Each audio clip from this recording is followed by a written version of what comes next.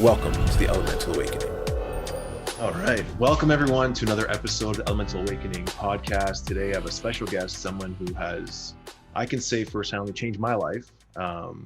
His name is Mitch Schultz. He is a director. He is a speaker. He is creative. He's done so many different things. I'm going to let him give a little bit more in depth of what he does because it's really interesting, and it just touches on very many different areas and topics and industries that I find very inspiring and interesting myself. So first off, just welcome to the show. Thanks for having me on. Great to be here. And I always like to let other people talk about what I do because it's harder and harder for me to actually narrow that down into something that is digestible sometimes. But I'd say in general, I'm a storyteller. That's kind of how I do boil it down. And I see that through filmmaking, through technology projects, philosophy, and any other thing that can kind of bring some tangible aspects to this experience we call life. So. Love it. Yeah, love it. And when I say that Mitch has impacted my life, this is the first time we've actually talked face to face. I've known of him through some friends for the last few years and doing some stuff online and supporting his projects and also feeling that support back. But, when I was at a point in my life where I was starting to question things and just binge watching good old Netflix, yes. This documentary popped up out of seemingly nowhere where I had just recently found out a guy by the name of Terrence McKenna and was just diving into some of his stuff. And then I see the spirit molecule. And what was super interesting about that was it was probably the first time in my life. So this is probably back in 2011. I think that was right around when it was released, 2011, 2012? 2011, yeah. 2011, exactly. Yeah, 2012 in January for Netflix, but 2011 when we actually... Yeah, so it was probably January 2012. And people were explaining their experience with DMT, and there was something about the look in their face that intuitively there was something screaming like, you need to understand what these people are talking about. It wasn't my mind thinking, it was something was just like hitting me. And so, that movie was really the catalyst that said, okay, there's something here for you. And this was before I really listened to my intuition. I was just starting to get into meditating and this kind of stuff. But that movie there was just really, really, changed a lot for me and many people. And so again, I know I thanked you before. I want to thank you again for all the work that you do and all the impact it's making in the world. Thank you. Well, I think that's very, sorry to interrupt you, but I love the fact that you brought up that look in their eyes, because it was such a profound effect for everybody that went through that experience and for pretty much anybody else that tries DMT. But there's this resonance that you just pick up on, like, I know this sounds crazy, but there's something here that I'd like to share with you. And it's that kind of, exchange that needs to take place. We haven't talked about a lot of these things, or even the narrative that's been going on around psychedelics and consciousness has been very limited. And Dr. Strassman opened that back up in many ways. So and it felt like it was some sort of conscious communication, because it was like I was feeling the look in their eyes, and that sounds kind of weird because I was feeling the look in their eyes. It wasn't they were saying what they were saying. It was like I could feel that, and that's just interesting, just saying that out loud. So anyways. Doesn't sound crazy at all. I think it's wonderful, actually. Wonderful. Thank you. Yeah. So I guess just always with my guests, I always like to get a little backstory as to like, who is Mitch and how did you get into the work you're doing now? Because usually there's a journey of something that leads them to doing work that you're doing now. So maybe you can give me a little backstory and as far back or as whatever interesting points you feel are valid to give that story. Okay. Yeah, it's a long and twisted road, as they say, a long, strange trip, if you will. But I feel like I had experiences way before I came to psychedelics that were otherworldly and that were out of body, that were mystical, that brought that same sort of kind of look in the eye that you were talking about with the interviewees from the film, that something else was going on around me than just this kind of day-to-day normal reality that we all kind of say this is what reality is. And I think a lot of those experiences early on were challenging in the sense that they didn't fit in with any kind of paradigm or understanding I had in the world, but they were such kind of profound experiences. I learned quickly how to shut up about them because you didn't, go talk to your parents about them or friends, and you get the kind of funny look and maybe we should take you to a psychiatrist, and understandably all these elements and worries. And I think kind of through that and those experiences, it led me in a path towards experimenting with psychedelics early on in my life. Is there any, sorry, is there Yeah. any sort of way you can describe maybe what one of those experiences might feel like for someone who might be listening, feeling something similar? You know, is there Sure. anything specific you can sort of point out of what so they can relate to that? I think I think everybody has the opportunity and the ability to have experiences like this, and people describe them a lot of different ways. Some of mine could be alien or angelic, like where there was actually felt like there was another presence in the room. And sometimes I was perceiving that kind of in my mind's eye. Sometimes it felt like with eyes wide open. But the bigger piece to me was always the kind of resonance that happened with my body, with my sensation, with how everything kind of came together. And it sat with me in a way that, you know, again, it doesn't fit in with your normal paradigms. At the same time, there was like, wow, this is something bigger and more profound. And as time had gone on and those experiences happened more and more, you start to pay attention a little bit more to that resonance or to that sensation that kind of comes about from that. And, you know, sometimes these things can be experienced in dream states, either in an actual dream, like full on, or in between sleep and awakeness. And even just kind of like wandering off while you're wide awake and having kind of that dream while you're awake. But so again, something resonant about it is a little bit different than just your normal day-to-day experiences. Yeah, so it's really something about that felt really normal and at home in a way, even though it was very foreign and very alien in many ways. So what I'm hearing is it's like you have this sort of non-ordinary experience. Correct. And maybe the mind might try to think and trick you and like, oh, that was nothing, or that was like, you're just making that up or imagining things. But then there's an inner knowing that's like, hey, wait a minute, there's something more. And the mind's trying to tell you elsewhere, otherwise, but you feel like a resonance and something that's like sort of telling you like, hey, you maybe should look more into that. And then your journey was looking more into that and not listening to the outside. Okay. So that makes a lot of sense. Yeah. And it's that non-ordinary, but it actually feels very resonant and ordinary at the same time. So go ahead. Yeah, no, just for me, just finding words to sort of try to describe them that I can resonate with and other people can, because sometimes we have these experiences and we quickly try to let our mind say, oh, that's nothing. Or your parents might say, or your spouse or thing like, oh, you're crazy. And then your mind's trying to battle with what you're feeling, you know, and usually the mind's a lot stronger until we sort of work on those other sort of abilities. One thing I have been trying to work on is like, stop thinking, you know, stop thinking about it, because the thinking is what gets in the way of experiencing. And so it's just kind of that thing of like, okay, Mitch, just stop thinking at this point. You don't need to figure it all out. You don't need to know exactly how this happens. Sit back and enjoy what's happening. Yes, beautifully said.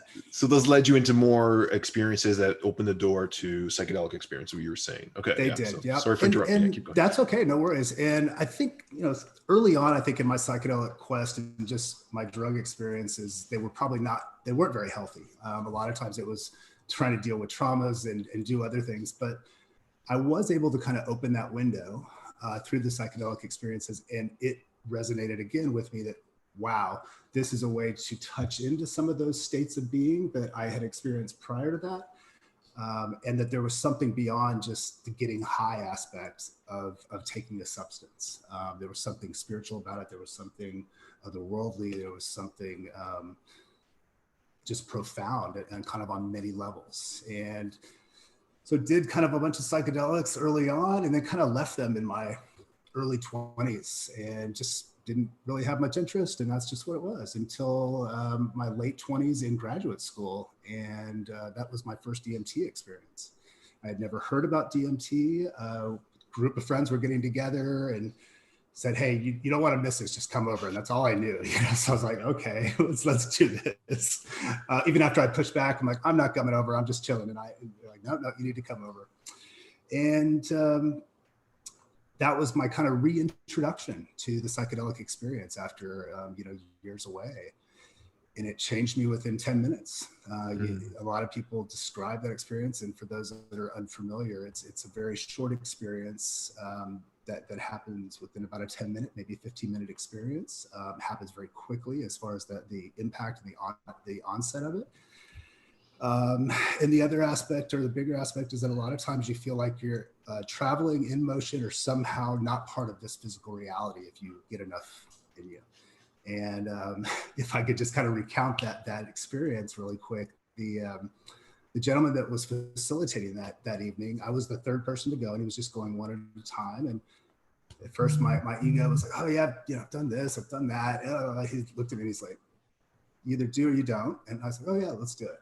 And I saw the first two people go, and it was very casual. They inhaled, they laid back, closed their eyes, and that was kind of it. So there didn't look like there was much going on.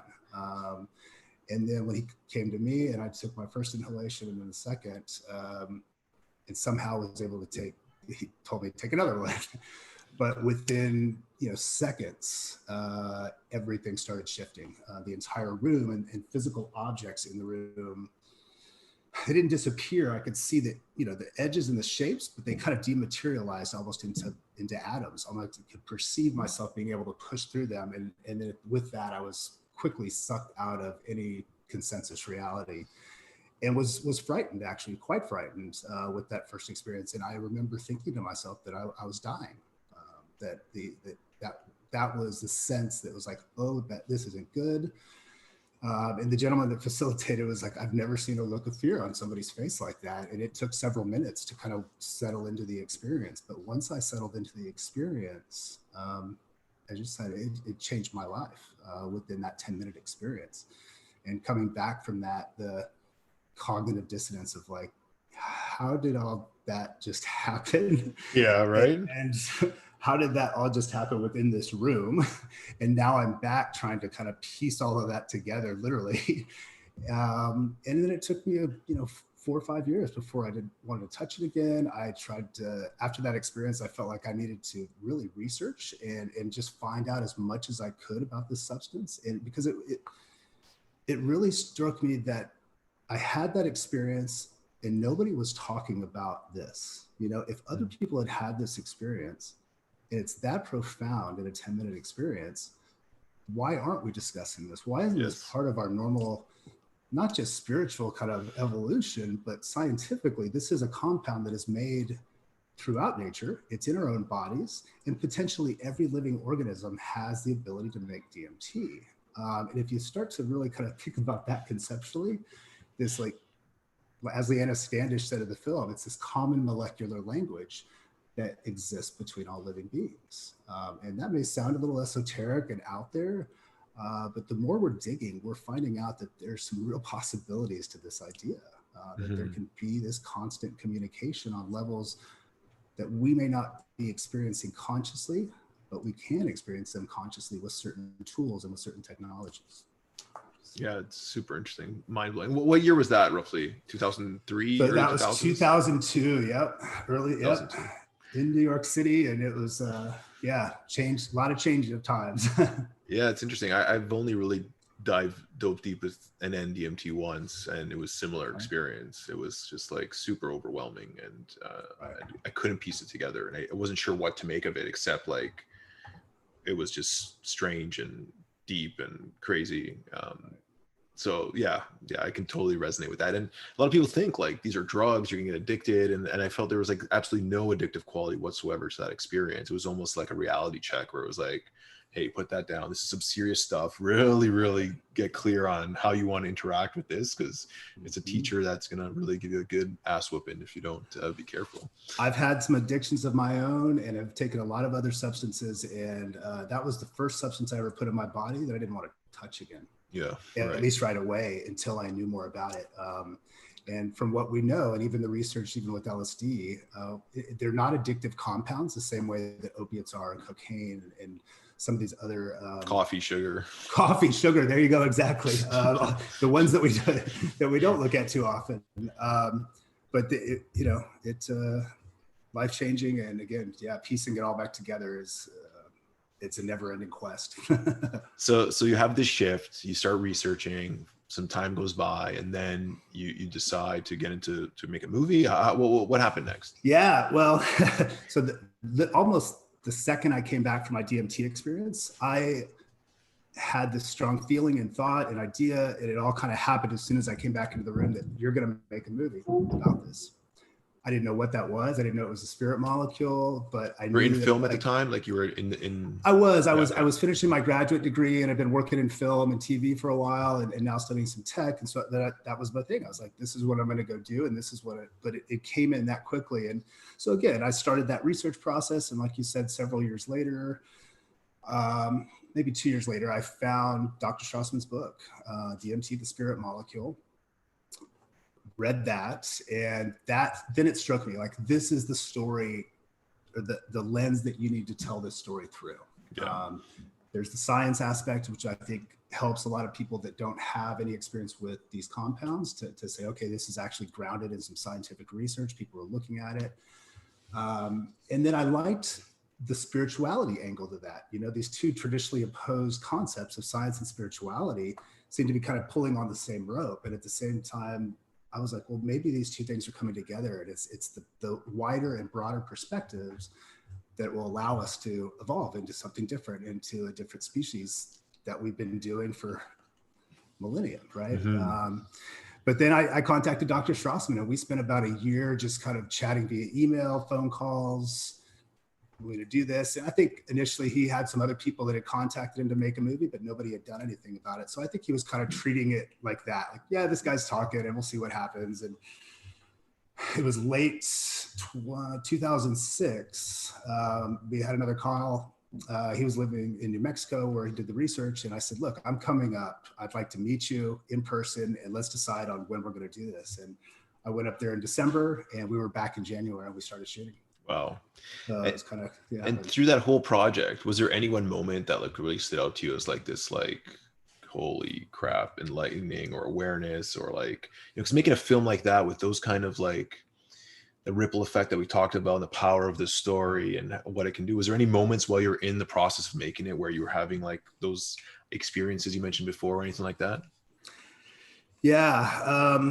You know, the whole thing was that, quite honestly, from the first experience all the way through, you know, starting with, I think that first round of interviews in New Mexico, we had 12 people that we interviewed out there. And I think when I had first imagined this film, I was like, this is going to be the weirdest, craziest, trippiest film that's ever been done, you know? And then I went and had these first 12 interviews and sat down and had very sobering, but very profound, deep conversations with some brilliant, brilliant people.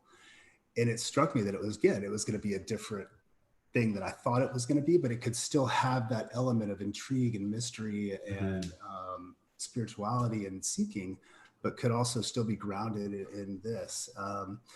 So sitting down and talking to all of I think we interviewed 51 people total over 2007 to 2008. So talking to those 50 people, doing those interviews was an amazing experience. I thought I got another degree in some ways by going through that process. I think there's also elements of, and this always sounds strange to talk about, that there were other things in motion beyond just me making sure this thing happened. And I kind of will leave it kind of at that. You were like, yeah, I got it. You understand. I understand completely. I think that was almost what I was kind of referring to intuitively. That's what I figured. Yeah. Like you took that first hit 5 years prior, whatever, and the wheels were in motion from there. And you were just like the vessel to bring this together. And, you know, like I always say and a lot of spiritual teachers talk about this, it's like taking the path of least resistance, which means that like things will flow the way they need to. And if you're going up against trying too hard, then it's probably not right. So, you know, when you come from the heart and this intention, you feel this divine inspiration, like things unfold. They really do. Yeah. And so it's I understand 100%. What it does too, because we do tend to, and I grew up in a very, you know, controlling environment, figured out how to like make your will and impose it. It's like, it was that control thing on and on. And when I stepped out of my own way, which is essentially what you're doing, is like, again, get out of that mind and just let it happen. Follow that truth, that peace, that joy, whatever that is driving that, and everything just falls into place. So amazing. And it has, and it still continues to, as long as I continue to get out of my own way. And were you expecting sort of the response from the film that you got? Like Spirit Molecule is like, looking back and I see like how far and wide it is. Like I can go almost anywhere in the world and I can mention, they're like, oh yeah, I know, I've heard of that, you know?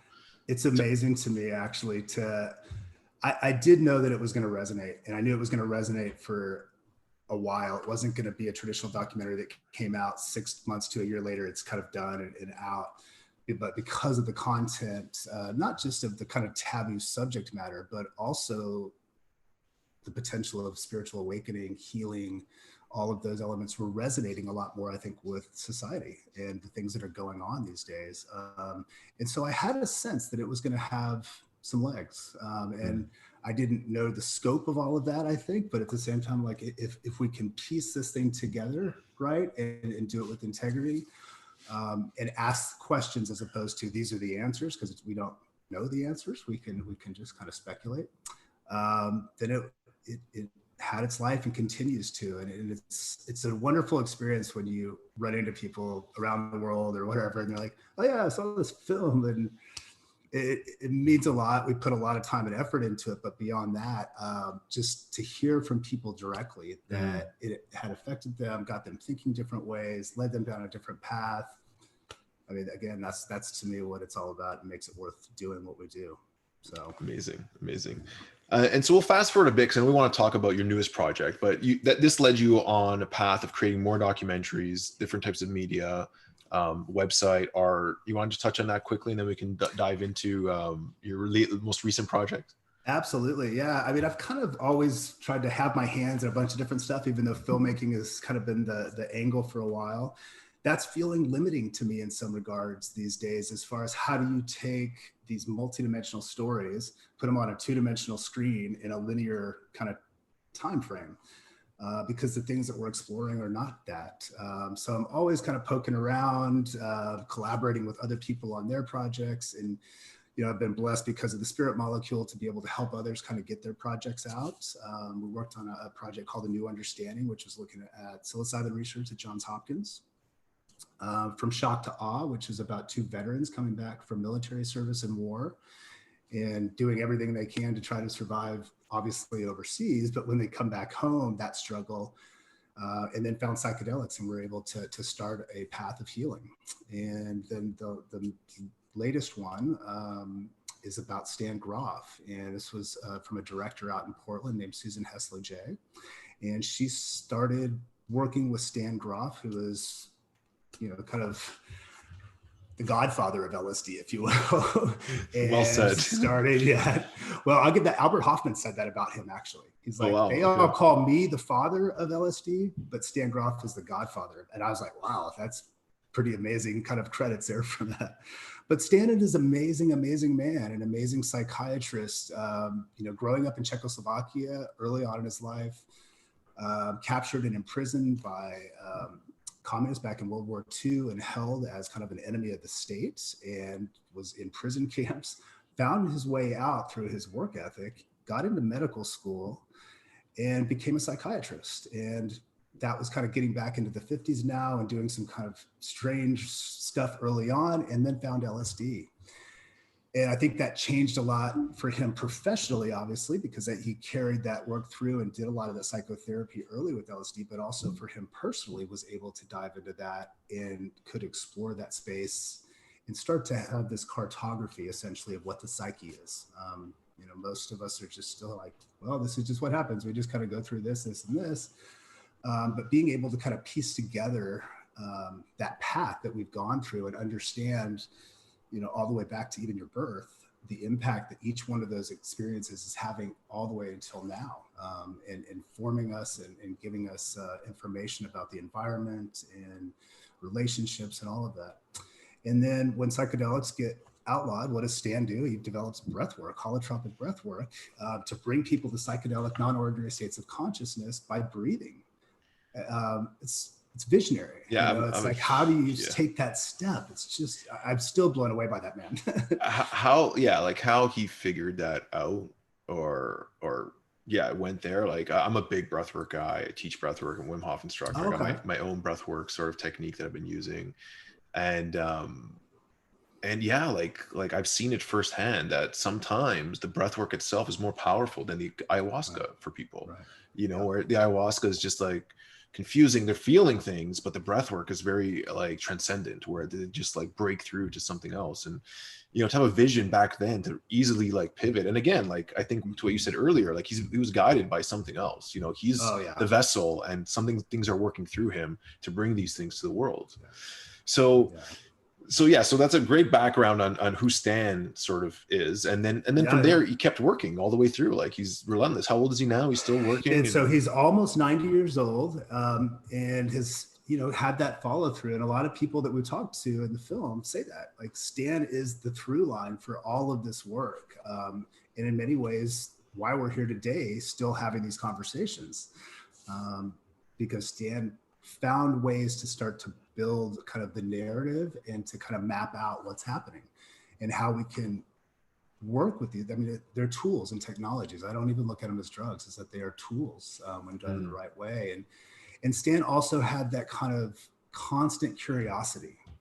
He, everybody that we interviewed said that about him, and he even said about himself, because I'm always wanting to learn. I always want to ask questions, and I think that's amazing, instead of just getting to a point in life where it's like, well, okay, I got it all figured out, done. Yeah, it's good. And Stan was never satisfied with that, and just treated it as, hey, let's chew on this. What do you got?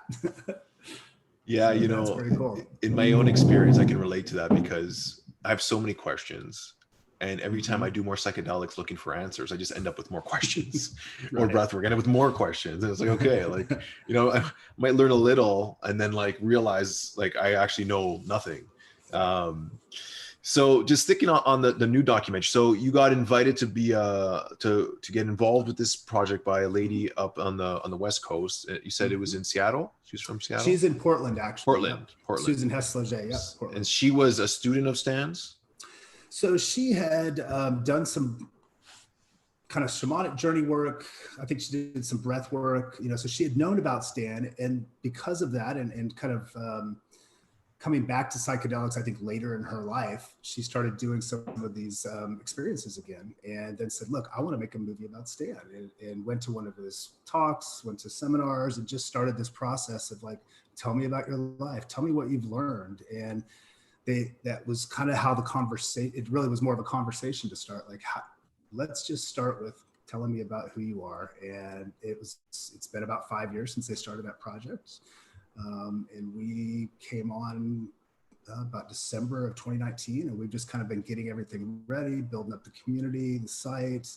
We did a lot of live streams during the pandemic time, and we're able to bring on some of our interviewees from the film and have discussions with them. And now we're just ready to get it out. We want this it's not just a documentary about Stan Grof, but about everything that his work kind of encompasses, and what all that means, and being able to bring that awareness to a lot of people. I think for many, it's just starting to kind of creep into, Western medicine, the idea that, any disease or ailments and things that we have usually start with consciousness or with the mind, in many ways. And it's still a little foreign, I think, to a lot of people, in how we treat and understand mental health, physical diseases, general well-being. And he has a wide array of that. It's touched a lot of lives, and it's worked with some amazing people on top of that, for Jeff Capra, Dalai Lama, just on and on and on. I'm just like, oh my gosh, this yeah, it's super interesting. Laid the groundwork. I was reading into a bit about the German New Medicine a little while ago, and their perspective was the same. Like, the physical ailments come from the mind, and one of the quotes that I read was, it's a really interesting story about the creator, but he said something along the lines of, like, when you get a physical ailment, it's like your body giving you a message. There's something internally you need to deal with. It's like giving you a signal. It's like, hey, listen, there's something unresolved here. And if you don't resolve it, we're going to get sicker and sicker. And I thought that perspective really changed a lot of my own perspective, just understanding that, and give me a greater sort of appreciation for some of these tools. And from my own experience, like, I think that the power resides within us as individuals, rather than a tool like like that's what I think they are. The psychedelics are a tool. The breath work is a tool, and it's bringing you greater awareness or expanding your consciousness so that you can then, maybe pull some of these thorns out of, or the roots that are tangled that are within you. So yeah, I'd like to get your perspective on like the psychedelic experience. Like, is it Yeah. intentional? Like, is it like, some creator left some little like, rabbit holes or little like breadcrumbs for us to pick up and get like, oh wait, what's going on here? Like, well, what's your take? Because I know you've spoken to many amazing intellectuals and people who research this and experienced. Well, what's your take on the whole experience? Well, so I guess there's a lot of ways to unpack that. I think that through my experiences, through my research, talking to people, I've come to, I think the universe is conscious itself, the entire universe. And within that, it's not just the entire universe, but it's every aspect of the universe, including us, including smaller particles of matter, even inanimate objects have some base level of consciousness there.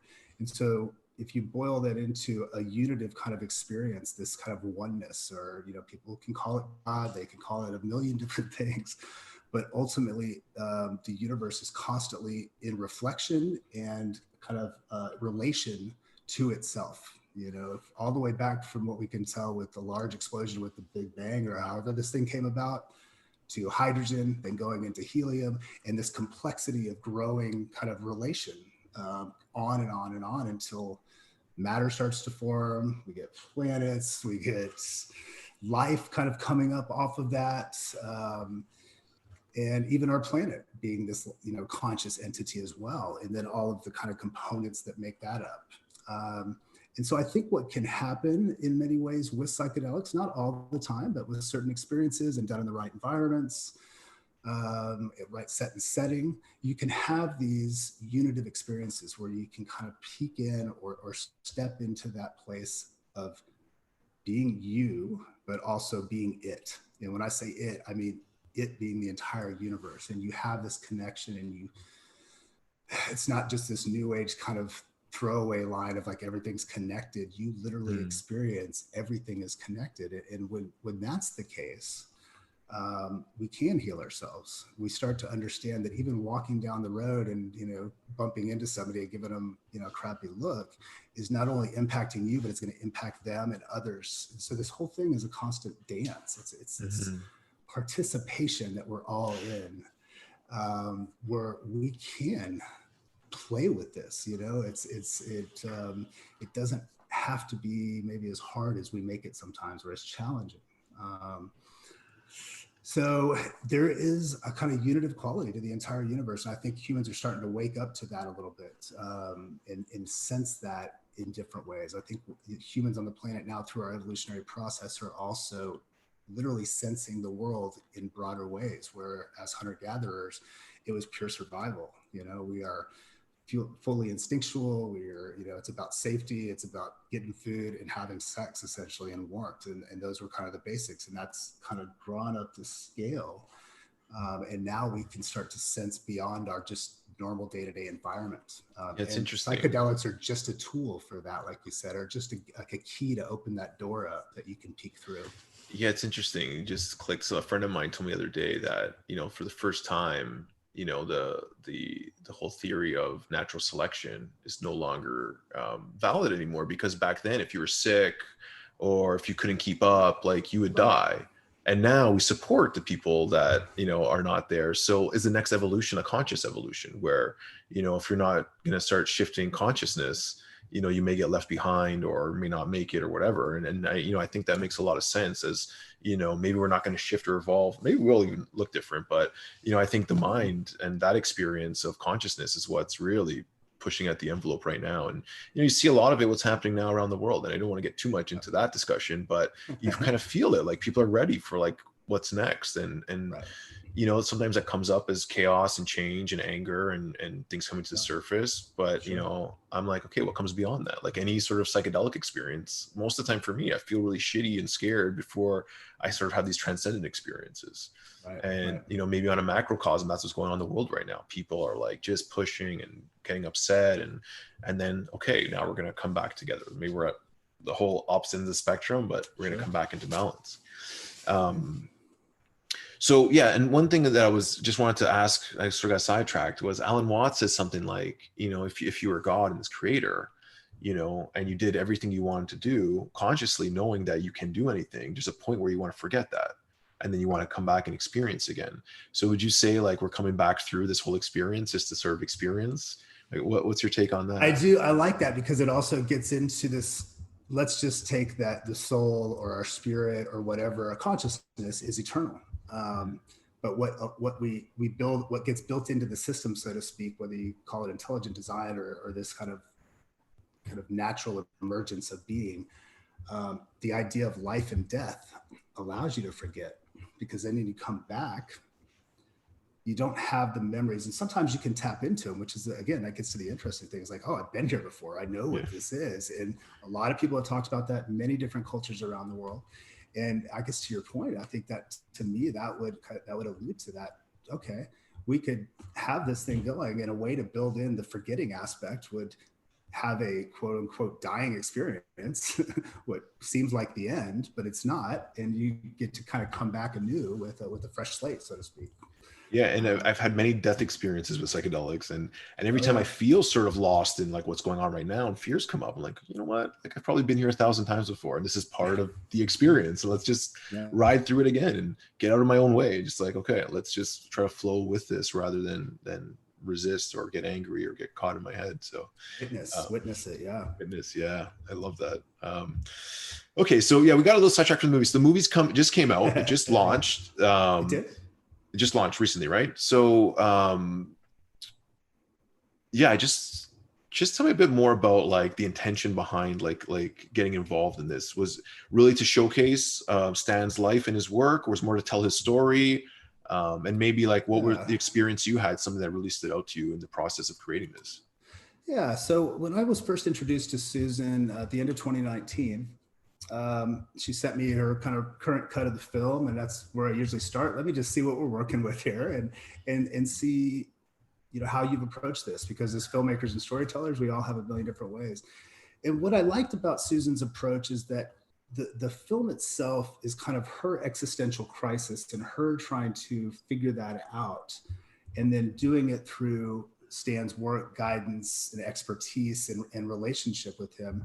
So she's able to kind of ground it, I think, for a lot of people and make it tangible, because a lot of these things, if you haven't gone through them, can seem strange and weird, and like, how does this work? And so she tells Stan's story kind of through her own. It's a nice lens for that. And I saw the film the first time. I was like, wow, this is a unique way to do this. It's a great story. She knows what she's doing. I can see that. She knows how to take people along on a journey. And I just enjoyed the entire process of working with her to start with, because that was the main thing of kind of getting all of this ready, and, you know, creating the identity and the website and the flow of all that. But then when we were able to circle back in, the pandemic hit, and we're kind of changed the entire plan and trajectory of the project. And we came up with, well, let's adapt. Let's get all of these interviews that you've already done, share them with the world during this time, because nothing's really going on, and then invite them in to have these chats about what that was. And so Stan was part of that, and Brigitte, his wife, and then this whole range of people. And I couldn't imagine a better project to kind of be involved in and go through those conversations during the pandemic when I'm locked out at home, because it was healing for me, and it helped me a lot, just be able to feel like I was part of something and doing something, and still being able to bounce ideas off of amazing people. And then we kind of wrapped those up in the end of August. I've done a couple little ones here in September, but then we just put the film out last week. So October 14th, it will kind of be releasing a few different platforms at a time. We've got Amazon up, and then Vimeo. But just hearing the responses from people as well. And hopefully this can be another one of those films that helps people find another way, where they can go experience breath work or psychedelics or whatever it is for them. Yeah. So to sum it up, like why should someone watch this movie? Like, what would you say? Like, what would be the best way? I think for anybody that's curious about the broader aspects of not only our own individual psyche, but also kind of the entire scale of how that plays out cosmologically, and ways that we can heal ourselves. Stan was very, acutely aware of what some of those things were and kind of mapped it out, from the psychedelic aspect all the way through to the breath work and even just kind of general well-being. So I think a lot of us are starting to look for those things now, as institutions are failing, governments are failing. They're not able to provide the same sort of kind of peace of mind and well-being that we've had in the past from that. And so people are looking for alternative ways. And I think that that's one of the main reasons to watch it, is that Stan knows alternative ways. I am so excited to watch this film. Cool. And it's so interesting that at the end of how, as you were saying that, there was this glitch in the internet where you froze for a second and your face like went totally DMT on me, like colors twisted. I was like, am I seeing this right now? I hope that got captured on the video. I'm streaming it through to you. Yeah. Streaming it. Very cool. Okay. So thank you for sharing that. And we'll put some links in the comments of where people can find that. There's some other projects you also work on. And there's another movie that you're working on as well that I'd love to hear more about, or a sequel to a movie. So which way do you want to go first? Do you want to talk about some of the other projects, or do you want to talk about let's lead into the sequel, and then I'll jump into the other one that we're kind of working on first. So last year, one of my producers from Spirit Molecule said, hey, I think it's time to make a sequel. And I had been trying to make other projects, and I started thinking about it. It's like, yeah, it's been a decade.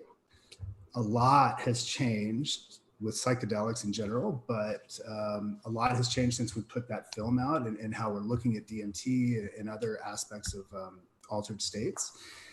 And kind of, I think the thing that people responded to most about the original DMT film was listening to the people that were in the test and talking about their experiences.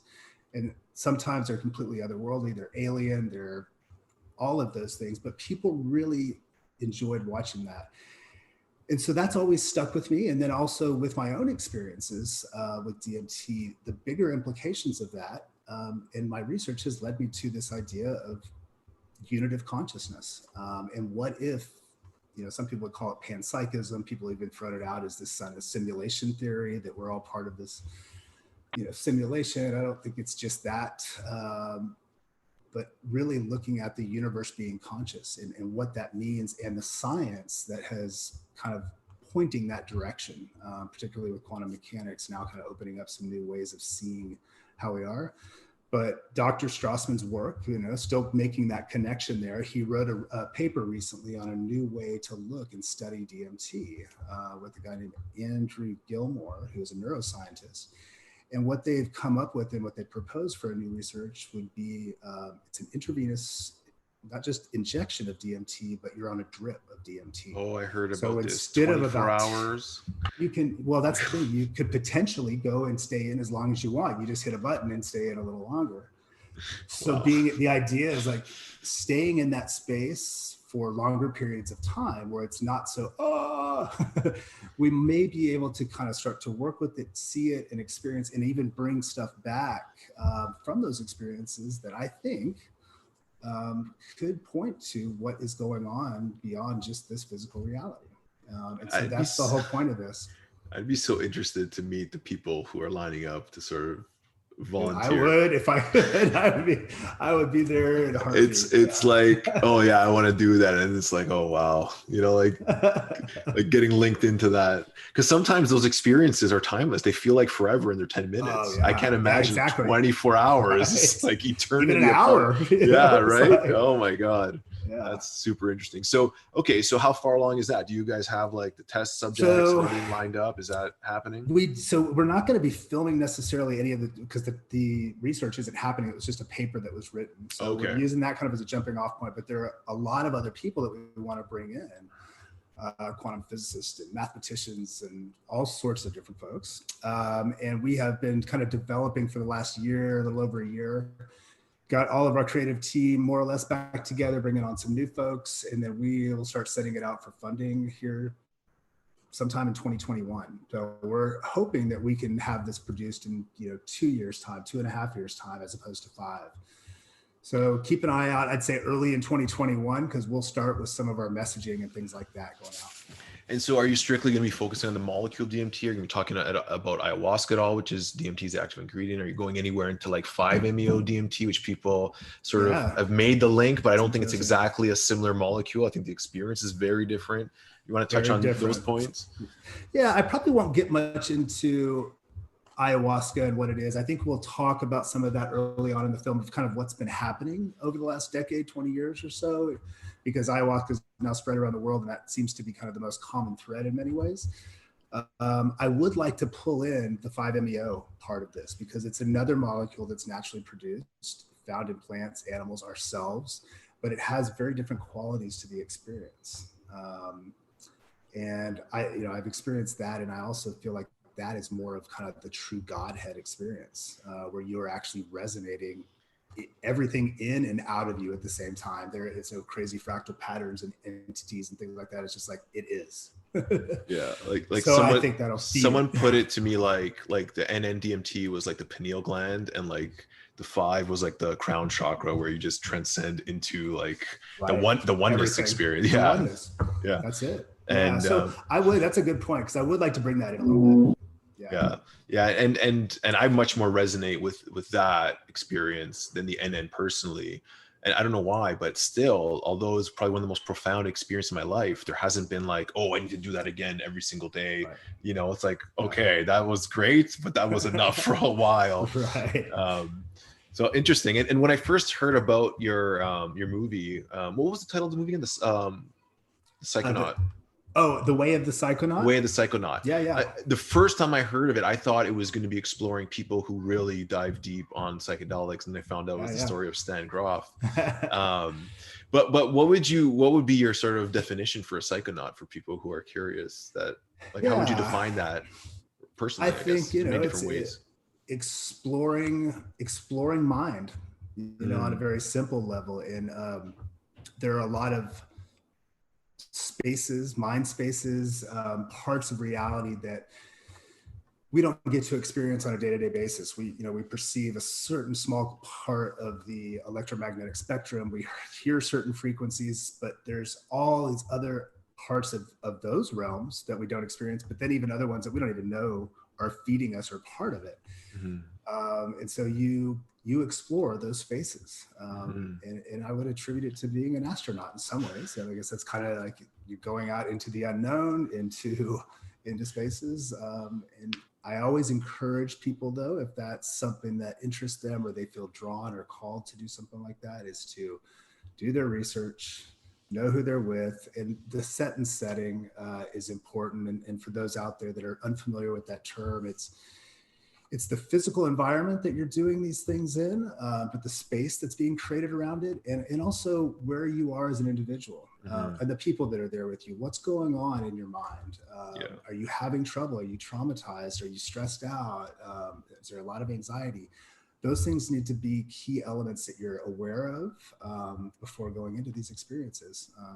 That leads right into my next question. It's cool. It's kind of a twofold question, I guess. But I would love to get your perspective on like the bad trips, and like how do you know that psychedelics are good and beneficial? Like, have you ever had experiences where you're in a bad trip and like, wait, I don't know, man, this is just like too weird, or I feel like maybe I'm wrong about all this stuff. Maybe if you want to touch on those two aspects. Yeah, I've had some experiences that have been challenging, quite challenging, actually. And all of the times that I have been thoughtful about my environment, how I'm doing it, the approach that I'm taking, my intention around all of that, everything's fine. Mm-hmm. There's never been an issue. The times where I've had some challenges is when I'm not paying attention to those things. And I might do a dose in the younger days and go to a concert, and I'm around 10,000 people in an environment that you can't control, and you don't know what's going to happen. And then very quickly things can spiral into something else. And so I would, again, encourage people, think about that. Where are you, who you're with, what's going on in your mind, because that will have an impact on the experience itself. I think sometimes what people talk about as bad trips, or challenging trips, can actually be the most beneficial for us, because a lot of times what's happening, I think, is our bodies in not just our minds, but our bodies are bringing up traumatic experiences that have happened to us. I think we're finding more and more that trauma is actually stored in our bodies and, in our nervous system. It's not just a story in the head. And so the body starts to release some of that stuff. And so again, to be in a good supportive place where when some of that starts to arise, you're supported, and you're in a safe place, because if that stuff starts to happen in other environments that you don't have control, it can be a little much. But for the most part, when I've been around, actually every time when I've been around either myself or other people that are having tough experiences, if the environment is set up correctly, then it is probably one of the best learning experiences for somebody. Well said. Yeah, I totally resonate with that. Yeah. Okay, so we got a few minutes left. I want to talk about the future projects, the stuff you're working on your website. There's a lot of cool things that you mentioned, some things that are beyond my sort of own cognition abilities to understand. Some of I think it was like computational theory and futurism and stuff like that. Tell me about some of those things that you're into and why they're important to you. Yeah, I think in general, consciousness is the thing that kind of gets me. I'm fascinated by that. The project that we just started working on is a documentary series called Future Sense, and this is in collaboration with a friend of mine from Australia. We've been talking about developing this project for years. It just didn't feel like it was the right time, that the planet wasn't ready for it. And essentially what he's been researching, and it ties into a gentleman named Claire W. Graves. It was researched human development back in the 50s through the 70s. He found that we're developing as human beings, and depending on what our environment is, this seems very simple, but whatever our life conditions are, our environment, how much education we've had, if we have warmth, food, that is going to determine what our paradigm is and how we perceive the world and how we interact with the world. And so as complexity grows, humans have the ability to continue to get greater and greater capacity to cope with the environment as that goes. So this research that he'd been studying and looking at is basically pointing to that humans are kind of going through from a 5th stage of evolutionary development into a 6th stage right now. And that's where you're feeling probably a lot of this tension. And we want to be able to share what this research was, because he found people that were operating above that 5th and 6th stage of development up to 7 and 8. And how do you like identify a stage? Is it like, how do you quantify that? I'm curious. So let me just run through them really quick. Okay. The interesting part is you can look at this at an individual scale. So myself or you or anybody's individual life on how they develop. So they're born, they're an infant, everything is it's all about survival. You're basically eating and sleeping. And then it also correlates each one of these to our species. So there's a species level kind of correlation with that. And if you look in our evolutionary history, we could say that hunter-gatherers represented kind of the infant in development, right? This is a fractal kind of pattern that's just different levels of complexity.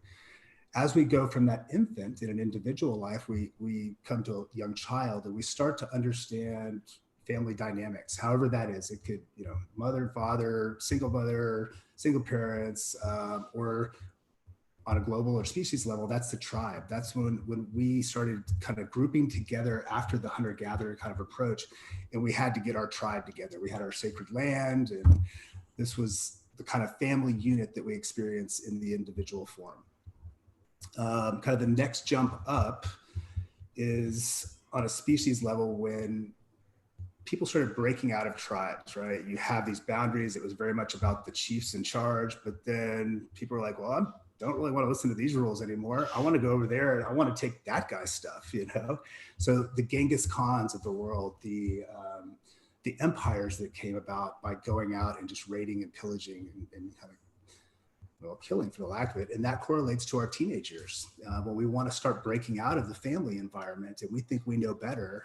And we tend to just go straight ahead and don't think about consequences in many ways. However, what happens at a species level, when you start living like that and it's just raiding and killing and taking stuff, The fourth stage of evolution was what he called authoritarian, but it was more kind of this absolute nature, absolute truth. And this is when we got all of our religions, major religions, all of the laws started to be coming down. This is when farming came into existence within human cultures, where we were kind of locked down. Cities started to develop. But to have order on that level, you had to have laws. You had to have kind of a higher authority to have people go by this way of being. So again, getting back to that, then there's another switch, and we kind of would look at it as our modern day Western world, or capitalism in general, and that kind of takes place kind of on an individual level. Once we get into our first job, we've got to like go in and play certain roles, and so I guess the other thing I left out within that, it's imagine a pendulum kind of swinging back and forth constantly in reference to itself. And that's what happens with these different stages of development. On one side, you could look at the individually focused sides as masculine, or very much about how do I change the world to fit with how I want it. And then on the other side of the pendulum, that's a more community focused or feminine approach to how do I change myself to fit in with the rest of the world. And that's not this is a natural flow of these kind of themes and energies for everybody. It doesn't mean that you have to be a female to go through this. There's aspects of that within us. And then that continues to go up. Jumping ahead. Each stage had its own pendulum type swing? Is that what you're saying? It did, right. Okay. So you can imagine it going like from an individual focused side to, like now I got to change myself for the rest of the people. And that continues to happen. What got really interesting for this researcher is that at this seventh stage, and I kind of jumped over 6, but we'll tell that about later. At the 7th stage, watch the movie to figure out the 6 stages. He found that there were some very interesting things. They had more coping capacity than the previous 6 levels combined.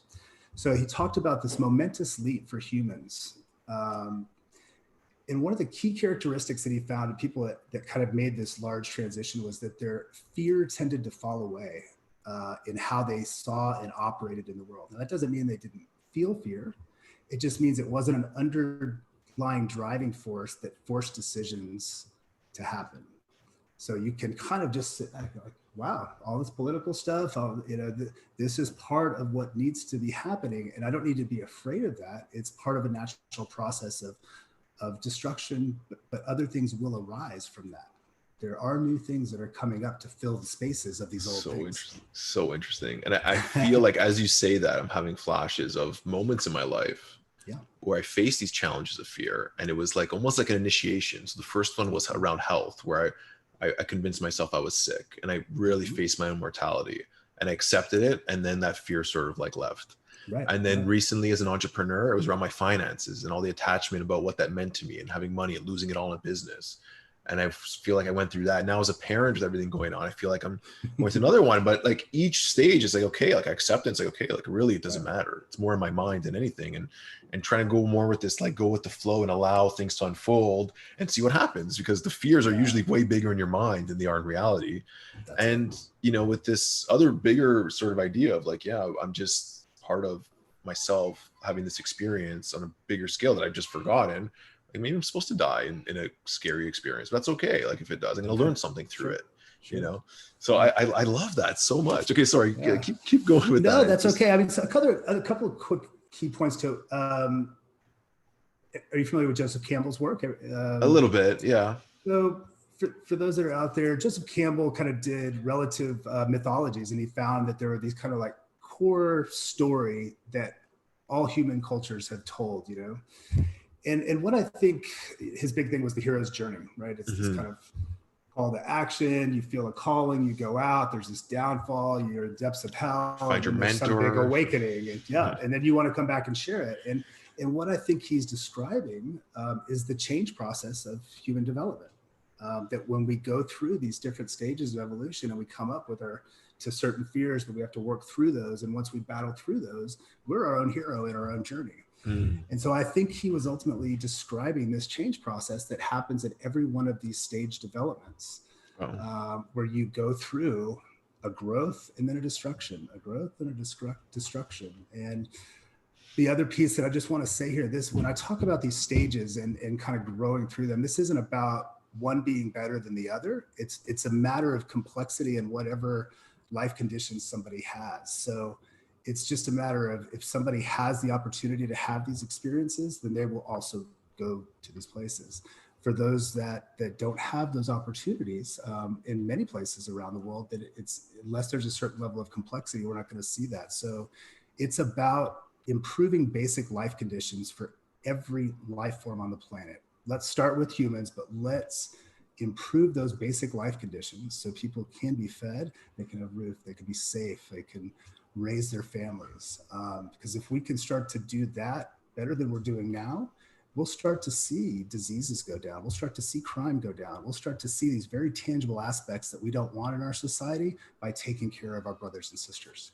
And so the hypothesis of this researcher is that we all need to get to the 7th level in order to sort of shift humanity. Is that sort of where it's going? Or like, it's not about need, it's about it's happening. As long as we can continue to grow, then it will happen. And it's not that everybody on the planet or every human is at the same place, right? It's like a big conga line of change. You have some people way up front, you have some people way in the back, and then there's everybody kind of in the middle. And as we just kind of weave our way through this evolutionary process, we will continue to evolve, and we will get there. And I will say that from this research, we're a very different species and a much better species than we are right now. We are better than the way we're acting, the way we're behaving. That's it. Yeah. And so what do you think is the reason for that? Like, is it like, what, if we know that it potentially is true, it's probable that it's true, but we're not realizing or actualizing it yet. What do you think the sort of the divide is? What's the reason? Is it just not the right time? Is it, what do you think? Certain level of complexity hasn't been totally reached. I mean, like I was saying, according to this research, we're in the middle of stage, the 5th and 6th stage.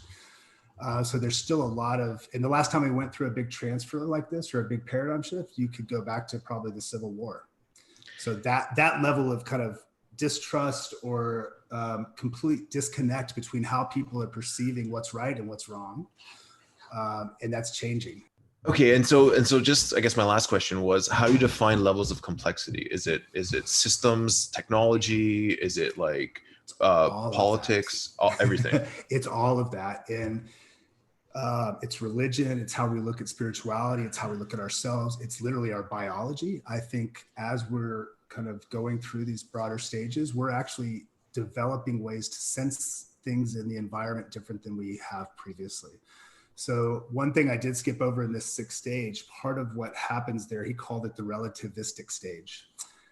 This correlates on a species level with Einstein's theory of relativity. And this is the time where in our consciousness, we're able to start thinking relativistically about how my impacts and my actions are impacting somebody else around the world or next door or whatever. So we can literally put ourselves in somebody else's shoes for the first time. So that's kind of where we're heading to now, is this network-centric approach where we're starting to see the connections and feel the connections between other humans, but also the environment. A lot of people right now are talking about, I feel all the world's pain, everything's falling apart. I feel, like I'm feeling all of that. Interesting. So the ultimate goal is to move collectively through to these higher stages. Is there anything past the 7th level, or maybe we don't know? So there is an 8th stage. He found in his research, 6 people in the 1,060 people that he researched. He found 6 people that actually transferred into an 8th stage. And the key part about this, there's not much data on that. This research was done in the 50s to the 70s. The key part about that, though, is that these are repeating fractal patterns, right? So he saw that there was similar stage 8 to the 2nd stage, which is tribal living. And themes were the same, except more complex. So with the tribal level, it was about my sacred land and my tribe right here. People that started to get up to 8, he started to notice that came back, but it wasn't about my sacred land here. The sacred land became the entire planet, and the tribe is humanity. So that's the scale we're talking about. I just got goosebumps when you said that. I feel it, and it makes sense. It makes complete sense. And I believe there's a shift going on. I believe it's happening. I believe people don't even realize what they're feeling right now, but they're feeling something. And they are. And I see people show up at our center every day, and they're lost, they're scared, they're nervous, but they know something needs to change. And they know it's like, you know, they're looking for help, but they're open to sort of break that barrier where it's like, hey, I've shown up now, you know? So yeah, that's super interesting. And I guess, you know, you said about the 7th level of the fear of losing the fear. What do you think would happen if one day everyone woke up and there was no fear of death, no fear of famine, no fear of hunger, no fear of, what do you think would happen? If it could happen that quick, that would be amazing. Again, I think it's a process that slowly emerges, but through some people I know that I think are operating at these stages, and even through some of my own experiences, everything changes. You know, when that fear element of our mind is a survival mechanism that goes way back to being early human beings, and it leads us to wars. It leads us to cause famines and kill people and do horrible things and develop things that we may not be in our best interest, because it's reactionary as opposed to, oh, okay, let's sit back and let's take a broad look at what's happening here, look at the different elements.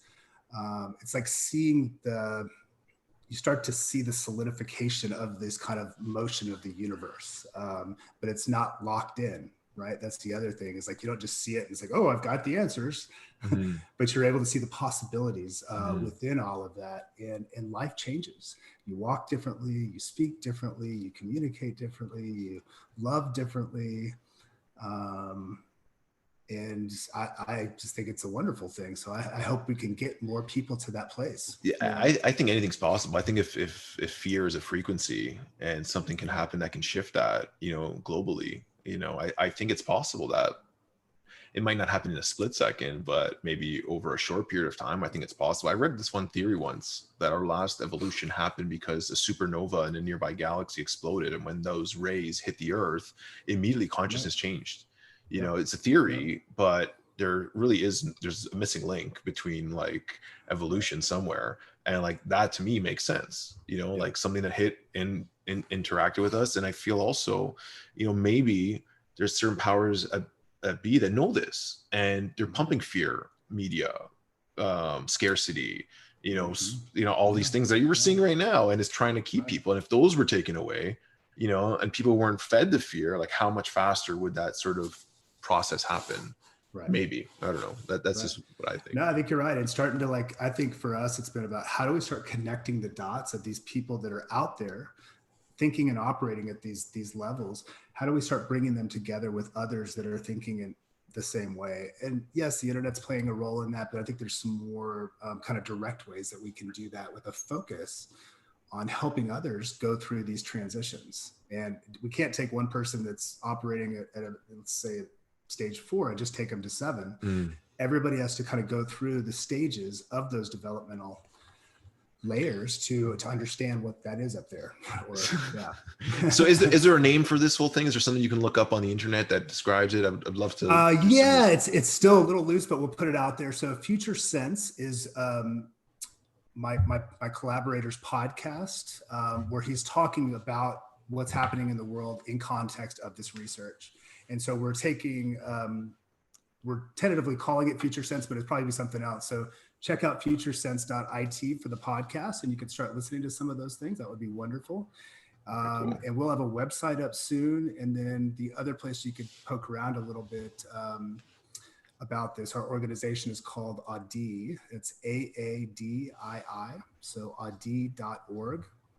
And there's some information on there about what else we're doing with regards to this, not just the media projects, but what else we want to build with this. Yeah, and I think it's beautiful. I think it's like, if there is a map that you can see, it's like, okay, I'm going through this process now. Like I can see, and that's what I have to go through. And what's beyond that can be something beautiful, like the 5th, 6th, 7th, 8th levels. Like, okay, I'm at 4, but I see it happening. I can easily relate to that. Whereas I think a majority of people that I know and work with, they don't have any sort of reference for where they are. They're going blindside. They've been told, you got to get a job, you got to go to work, you got to pay bills, you got to do this. They don't have a vision of like a life path. And I don't necessarily mean you need a life path, like I need to do this, this, and that. It's more like a vision of what do I want to create for myself, or where am I going? Have some vision of like, well, how you want to feel, you want to be creative, you want to express yourself. I think this even gets more detail where it can show you like, you know, on this sort of, sounds like a consciousness evolution ladder of some sort, where you can see like, oh, there's this change happening in the complexity and on the macro and micro. I find it totally fascinating, and I haven't heard of anything like this before. So thank you for sharing that. And I'm looking forward. There's been a lot of fun. Okay, cool. All right, so we're running to the end here, and I feel like I could talk to you for hours. Brilliant guy, great insights. Love the work you're doing. So how can people contact you or connect with you or find your work? What's the best place to do that and to watch the new movie? Where do you want to send people? So first off, The Way of the Psychonaut, thewayofthepsychonaut.com. And we'll post these links, obviously. Also, my personal website is mitchschultz.net. Thespiritmolecule.com, another place to go check that out. And we will have some other sites up and kind of social specs that we can send out to you guys soon. Yeah, and I think the Mitch Schultz one, basically from there, you can find anything. Yeah, you can kind of branch out into everything. So. All of the links are there. So yeah, if you really want to find any of Mitch's projects, past, present, and maybe future, you'll find some really good links on there. So again, Mitch, thank you so much for all the work you do. Thank you for taking the time to chat with me. I know this movie, all the movies you do have great impact and are changing lives and are helping to move that needle on consciousness. I always say, like, you know, when you're working on yourself, you're changing the frequency of the world. Even if it's not measurable on a big scale, it's being measured somehow.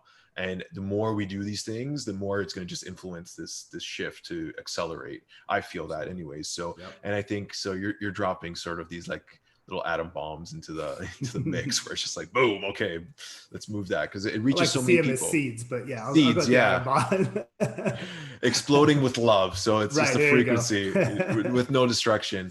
Or seeds are also even a better way to put it, but it's just growth, expansion. And you know, I would tell people that for me, it's like every sort of little seed that you find, it's going to open like 10 more doors. So just follow that intuition. Anything we talked about in today's podcast, anything that resonated, that brought that curiosity within you, like look into that, because there's probably something there for you. And that's probably going to lead to, you know, 5 other things that are going to sort of help you have more understanding and expand your consciousness. So anything, last words you want to say before we go? Be kind, love yourself, and love others. That's it. And simple. Thank you for having me on. I had a great time and a good conversation. Maybe we can do it again. I'd love to. Yeah. Thanks, Mitch. All right. Thanks. Bye-bye.